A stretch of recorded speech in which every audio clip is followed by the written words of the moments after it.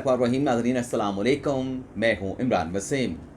नाज़रीन, supreme court के article 63A पर सदारती रेफरेंस पर राय के बाद और कल जो इलेक्शन कमीशन ने पीटीआई के 25 नाराज़ अरकान के ख़िलाफ़ फ़ैसला दिया है, उन्हें डिफेक्टर करार दिया है, उन्हें मुनरफ़ करार दिया है।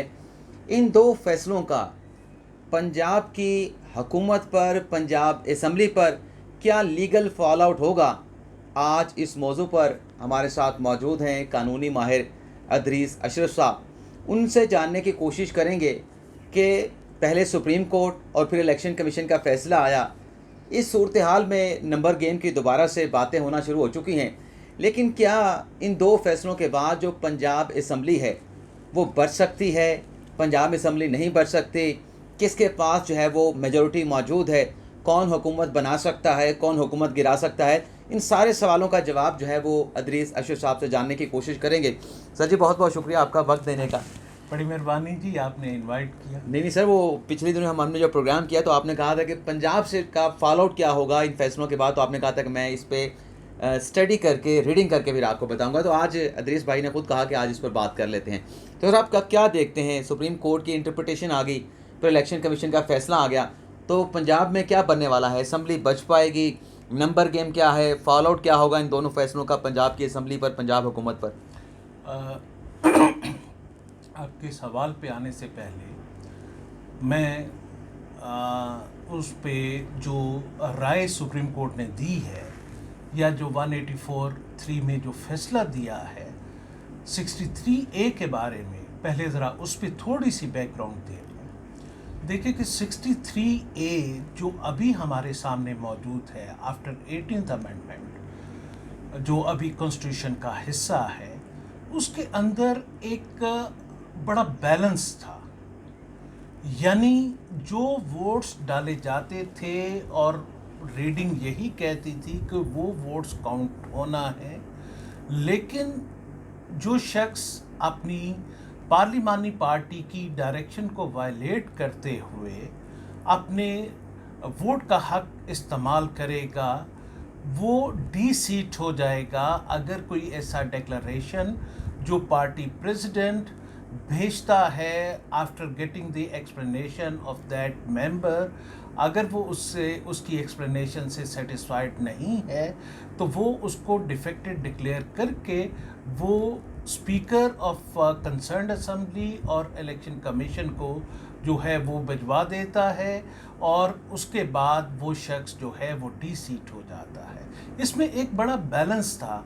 अब सवाल जो उठ गया है वो ये उठ गया है कि सुप्रीम कोर्ट के फैसले और राय के बाद एक फोरम ऐसा है कि जिसने वोट को काउंट या ना काउंट करने का जो है वो फैसला देना है, और वो फोरम है उस वक्त के प्रिजाइडिंग ऑफिसर का कि जिसके सामने असेंबली के अंदर इलेक्शंस हो रहे हैं। और फिर डिफेक्शन के लिए जो है और उसको डी सीट करने के लिए फोरम जो है वो है इलेक्शन कमीशन। सो इससे खासी कन्फ्यूजन जो है वो क्रिएट हो जाएगी।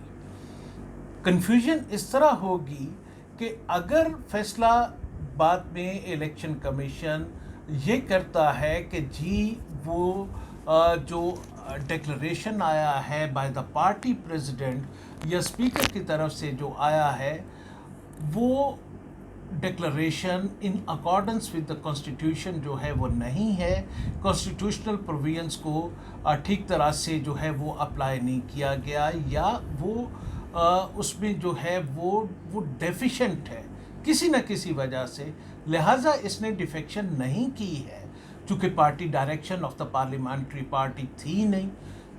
इन हालात में वोट तो उसका पहले वो तो ऑन द स्पॉट काउंट होना था, सो वोट स्पीकर जो है वो काउंट नहीं करता है, तो ये बहुत बड़ी कन्फ्यूजन का जो है वो मामला शिकार हो गया है। लेजिस्लेचर का जो विजडम था वो फॉर सुपीरियर था। यानी अगर हम 1973 के कॉन्स्टिट्यूशन, अनअमेंडेड कॉन्स्टिट्यूशन पे चले जाएं, जहां पे आर्टिकल 96 में वोट ऑफ कॉन्फिडेंस में जो है वो ऐसे मेंबर्स का वोट डिसरिगार्ड करने की बात की है कि जो अपनी पार्टी मेजॉरिटी के अगेंस्ट वोट करते हैं, तो उसमें डी सीट या डिसक्वालीफाई करने का कोई जिक्र मौजूद नहीं है। लिहाजा उस वक्त भी जो है वो जो लेजिस्लेचर की विजडम थी वो बहुत सुपीरियर थी और किसी भी तरह का फर्दर कोई कन्फ्यूजन पैदा नहीं होता था। और 18th अमेंडमेंट के बाद जो लेजिस्लेचर ने कॉन्स्टिट्यूशन को अमेंड किया था, आर्टिकल 63A को, कि जो फर्स्ट टाइम इंट्रोड्यूस हुआ हमारे कॉन्स्टिट्यूशन में इन 1997, और फिर 17th अमेंडमेंट में इसको अमेंड किया गया, और फिर 18th अमेंडमेंट में यहाँ भी जो लेजिस्लेचर की विजडम है वो बहुत ज़बरदस्त है कि उसमें वोट तो काउंट करते हैं, लेकिन उसके लिए एक पनिशमेंट जो है वो उन्होंने रख दी। अब सुप्रीम कोर्ट के फैसला आने के बाद और राय आने के बाद सूरत हाल अक्सर जो है वो तब्दील हो गई है। वो बैलेंस अब कायम नहीं रहा, वो बैलेंस अपसेट हो गया है। यानी ऑन द स्पॉट जो है वो फैसला करना है प्रिजाइडिंग ऑफिसर को, वो स्पीकर भी हो सकता है और any other member of the panel भी हो सकता है कि ये वोट काउंट होगा या नहीं होगा। बहरहाल ये तो बहस जो है वो कानूनी वो चलती रहेगी कि कहाँ कहाँ इसका नुकसान पॉलिटिकल सिस्टम को पहुँचेगा इस फैसले का, और आने वाला जो हाउस है वो 2/3 मेजॉरिटी के साथ क्या इसको फर्दर अमेंड करेगा 63A को, या वहाँ पे एक्सप्लेनेशन लाएगा कि जी वोट तो काउंट होगा, या वादे तौर पे लिखा जाएगा वोट तो काउंट होगा, लेकिन जो मेंबर ऐसा करता है, जो पार्लियामेंट्री पार्टी की डायरेक्शन को वायलेट करता है, वो डी सीट हो जाएगा अगर party head of that political party अगर ऐसा चाहता है तो। ठीक, ये तो बात हो गई कानूनी। अब इस फैसले को लेके चलते हैं पंजाब असेंबली की तरफ। आपको याद होगा कि वहाँ पे इलेक्शंस हुई थी, बड़ा अजीबोगरीब तरीके से वो इलेक्शंस हुई थी कि जिसमें हमजा शहबाज शरीफ साहब 197 वोट्स लेके chief minister of province of Punjab elect हुए थे। अब सुप्रीम कोर्ट के इस फैसले की रूह से जो 25 मेंबर्स ऑफ पीटीआई के जिन्होंने वोट किया था पार्लियामेंट्री पार्टी की डायरेक्शन के अगेंस्ट, वो वोट्स तो काउंट नहीं होंगे। अगर वो वोट्स काउंट नहीं होंगे तो पीछे रह जाएंगे 172 वोट्स। इसका मतलब ये हुआ कि हमजा शहबाज शरीफ को उस नंबर हमजा शहबाज शरीफ की सपोर्ट में उतने वोट्स कास्ट नहीं हुए थे, यानी वो simple majority of the total membership नहीं थी, simple majority of the house नहीं थी, जो मैजिक नंबर 186 का है वो उन्होंने अचीव नहीं किया था। तो कॉन्स्टिट्यूशन जो है फिर ये कहता है कि वो इलेक्ट ही नहीं हुए थे। ये मैं आर्टिकल 130 सब आर्टिकल 4 की बात कर रहा हूँ कि जहाँ पे चीफ मिनिस्टर तो फिर तो सर सेकंड राउंड वाला उसमें मैं आता हूँ उस पर, जहाँ पे चीफ मिनिस्टर को मैजिक नंबर 180 इलेक्ट होने के लिए चाहिए मैजिक नंबर ऑफ 186 का।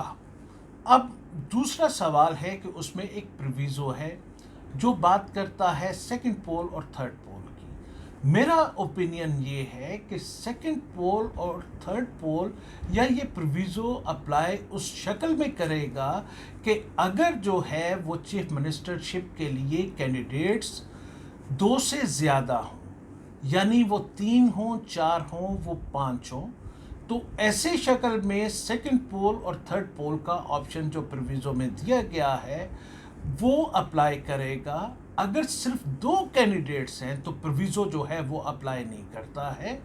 लिहाजा ऐसी सूरत हाल में जो भी कैंडिडेट है उसको 186 का नंबर जो है मैजिक नंबर, उसको लाजमी तौर पे अचीव करना है, सिक्योर करना है। अदरवाइज़ कोई भी शख्स उन 2 में से जो ये मैजिक नंबर अचीव नहीं करता है वो chief minister of that province can not be elected. इसकी सपोर्ट में अगर मैं बात करूं, इस आर्ग्यूमेंट की सपोर्ट में, तो फिर 130 सब आर्टिकल 7 की भी बात होगी और आर्टिकल 112 की भी बात होगी। चूँकि जब हम कॉन्स्टिट्यूशन पढ़ते हैं तो फिर कॉन्स्टिट्यूशन को का कोई आर्टिकल इन आइसोलेशन नहीं पढ़ा जाता, उसको बाकी कॉन्स्टिट्यूशन के जो रेलेवेंट आर्टिकल्स हैं उनको मिला के पढ़ते हैं, तो फिर हमें कॉन्स्टिट्यूशन का मतलब जो है वो वाज़े तौर पे हमारे सामने जो है वो आ जाता है। मेरी ओपिनियन में कोई शख्स chief executive of the province या chief executive of the country नहीं हो सकता अगर उसके पास उस हाउस का 50% + 1 वोट ना हो, यानी उसके पास सिंपल मेजॉरिटी ना हो। वो उस वक्त तक उस हाउस का वो leader of the house, leader of that house में भी प्रोविंशियल असेंबली एंड हाउस में भी नेशनल असेंबली, वो लीडर इलेक्ट नहीं हो सकता है। लीडर को इलेक्ट होने के लिए मेजॉरिटी वोट चाहिए, आप इसी बात को आगे बढ़ाते हुए, आगे लेके चलते हुए, अब पंजाब में सूरत हाल आपके सामने है। इलेक्शन कमीशन के फैसले के बाद 25 लोग तो निकल गए जी। अब इस सारी सूरत हाल में 300 गालिबन 46 का आह्वान है। चौधरी निसार साहब वोट अपना एक्सरसाइज नहीं करते, उन्हें शामिल करेंगे तो 347 हो जाएगा। तो वोट जो है वो 172 173 तकरीबन दोनों पार्टियों के बराबर हैं। तो वो जो मैजिक नंबर है वो 186 तो कोई भी पूरा नहीं कर सकता, जो नंबर गेम जैसे हम पंजाब में देख रहे हैं। तो फिर असेंबली किस तरह से बचेगी और वज़ीर आला कोई नया किस तरह से आएगा? और फिर दूसरा सवाल ये भी है कि हाई कोर्ट में भी ये मामला चल रहा है, आपके सामने है। 199 में रेड पटिशन पीटीआई और काफ लीग ने दायर कर रखी है। वहाँ पर भी ये सवाल आया है कि आया कि सुप्रीम कोर्ट के फैसले का इतलाक माजी से होगा, जो 25 वोट डाले गए हैं वो काउंट होंगे नहीं होंगे, इस पर भी 25 मई को समाअत होने वाली। देखिए कि जो मैटर हाई कोर्ट में पेंडिंग है वो मैटर वहाँ पे सब जुडिस है, उस पर तो मैं ज़्यादा कमेंट नहीं करूँगा। लेकिन मेरा व्यू ये है कि ये जो सुप्रीम कोर्ट का फैसला या जो राय है ये रेट्रोस्पेक्टिव होगी या ये प्रोस्पेक्टिव होगी, यानी जिस दिन ये राय आई है उसके बाद इसका इतलाक होगा, या ये जो इलेक्शंस हुए थे चीफ मिनिस्टर के लिए पंजाब प्रोविंशियल असेंबली में और प्राइम मिनिस्टर के लिए नेशनल असेंबली पे, तो इन पे भी इसका जो है वो इतलाक होगा। मेरी राय ये है कि एक असूल होता है लिस पेंडेंस का। जिस वक्त ये मामला सुप्रीम कोर्ट में पेंडिंग था तो ये डेवलपमेंट्स पंजाब और सेंटर में हो रही थी, तो लिहाजा जो सुप्रीम कोर्ट का जो फैसला है वो अप्लाई करेगा, नंबर 1। नंबर 2 ये है कि जो बहस सुप्रीम कोर्ट में चल रही थी उसमें भी पंजाब असेंबली की चीफ मिनिस्टर की इलेक्शंस का रेफरेंस मौजूद था, और इसी तरह जो नेशनल असेंबली में प्राइम मिनिस्टर की इलेक्शन हुई उसका भी रेफरेंस मौजूद था। ऐसे हालात में भी ये अप्लाई करती हैं। तीसरी बात ये है कि जो मैजिक नंबर कैसे आएगा, मैं वो उस पे आता हूँ। कॉन्स्टिट्यूशन जो है इसमें कोई अमेंडमेंट नहीं हुई है कि ये प्रोस्पेक्टिव बाकी मामलात होंगे। इसका मतलब ये कॉन्स्टिट्यूशन जब से ये 18th अमेंडमेंट हुई है, कॉन्स्टिट्यूशन यही था, उसकी इंटरप्रिटेशन का क्वेश्चन अराइज हुआ था। वो कि मैं जो मेजॉरिटी जजमेंट है सुप्रीम कोर्ट की 184(3) में जो दी है उससे डिसएग्री कर रहा हूँ। 186 में दोनों जो रिस्ट्रिक्शन उन्होंने यूज की हैं, 186 का भी यूज किया है और 184(3) का भी, इसलिए मैं जजमेंट का एक्सप्रेशन यूज कर रहा हूँ। 186 में जो राय है, मैं जो मेजॉरिटी राय है उससे भी एग्री नहीं कर रहा हूँ और जो मेजॉरिटी जजमेंट है उससे भी एग्री नहीं कर रहा हूँ। जो 2 ऑनरेबल जजेस की राय है या जो उनका व्यू है मैं उससे एग्री कर रहा हूँ, वो बिल्कुल कॉन्स्टिट्यूशन के एन मुताबिक है कि वोट तो काउंट होगा, लेकिन ऐसा मेंबर के जिसने पार्लियामेंट्री पार्टी की डायरेक्शन को वायलेट किया है वो डी-सीट हो जाएगा। अगर बाकी रिक्वायरमेंट्स जो हैं वो डिक्लेरेशन जो president of that political party भेजता है या पार्टी हेड भेजता है, अगर उसके अंदर जो है वो जो प्रोसीजर कॉन्स्टिट्यूशन हमें बताता है वो सारा प्रोसीजर पूरा किया गया हो तो। अच्छा, अब आपका सवाल है relating to magic number. Magic number यानी वो 50% 371 का होगा या 346 या 47? 50% जो है वो 371 का होगा अभी भी? अभी 371 का 50% होगा, यानी मैजिक नंबर 186 वो लेना है अगर हमने प्रोविंशियल असेंबली को बचाना है। अभी जो नंबर्स मेरे सामने आ रहे हैं वो ये आ रहे हैं कि 172 जो है वो पीटीआई प्लस पीएमएलक्यू के पास हैं। इसमें पीएमएलक्यू के पास 10 मेंबर्स हैं।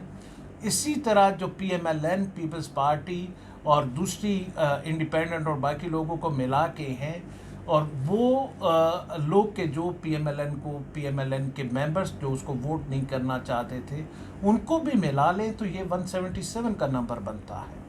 अब ये 177 अगर तो मेंबर्स चाहते हैं कि पंजाब असेंबली बचे और जो है वो हुकूमत भी वहाँ पे बने, और जब इलेक्शंस जो हैं जनरल इलेक्शंस कॉल हों तो उसी वक्त जो है वो पंजाब असेंबली की इलेक्शंस भी हो, तो उसका एक आसान हल ये है कि 177 के नंबर्स में अगर पीएमएलक्यू के 10 नंबर्स को ऐड कर लिया जाए तो ये 187 का नंबर बनता है।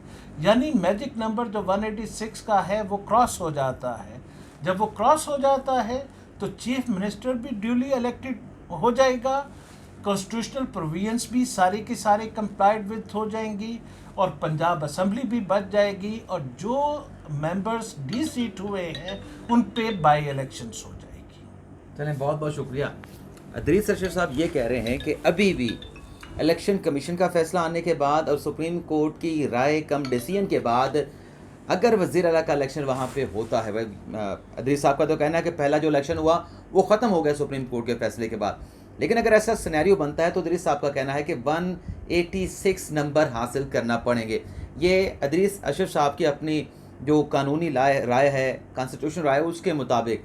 लेकिन पंजाब में जो हम देख रहे हैं कि दोनों फ्रीकैन जो हुकूमत में हैं, जो अपोजिशन में बैठे हैं, अब वो 186 की बात नहीं कर रहे, वो अब 172-73 की बात कर रहे हैं। हमारे पास कोई कहता है 173 है, दूसरे कहते हैं हमारे पास 172 है। तो मेजॉरिटी पीटीआई और काफ लीग कह रही है हमारे पास है, और नून लीग दावा करिए हमारे पास है। लेकिन मामला मुझे लगता है कि इसका डिसीजन जो आएगा इस मामले पर फैसला अगर आएगा तो फिर वो लाहौर हाई कोर्ट का फैसला होगा, जिससे बहुत सारी चीज़ें क्लियर हो जाएंगी। आया कि 50% मौजूदा जो प्रेजेंट अरकान है उनका होगा, या जो टोटल नंबर हैं पंजाब असम्बली के उनका 50% होगा। आपसे इजाज़त चाहेंगे। अल्लाह ताला आपका हामी नासिर हो, दुआ में याद रखिएगा। अल्लाह हाफिज़।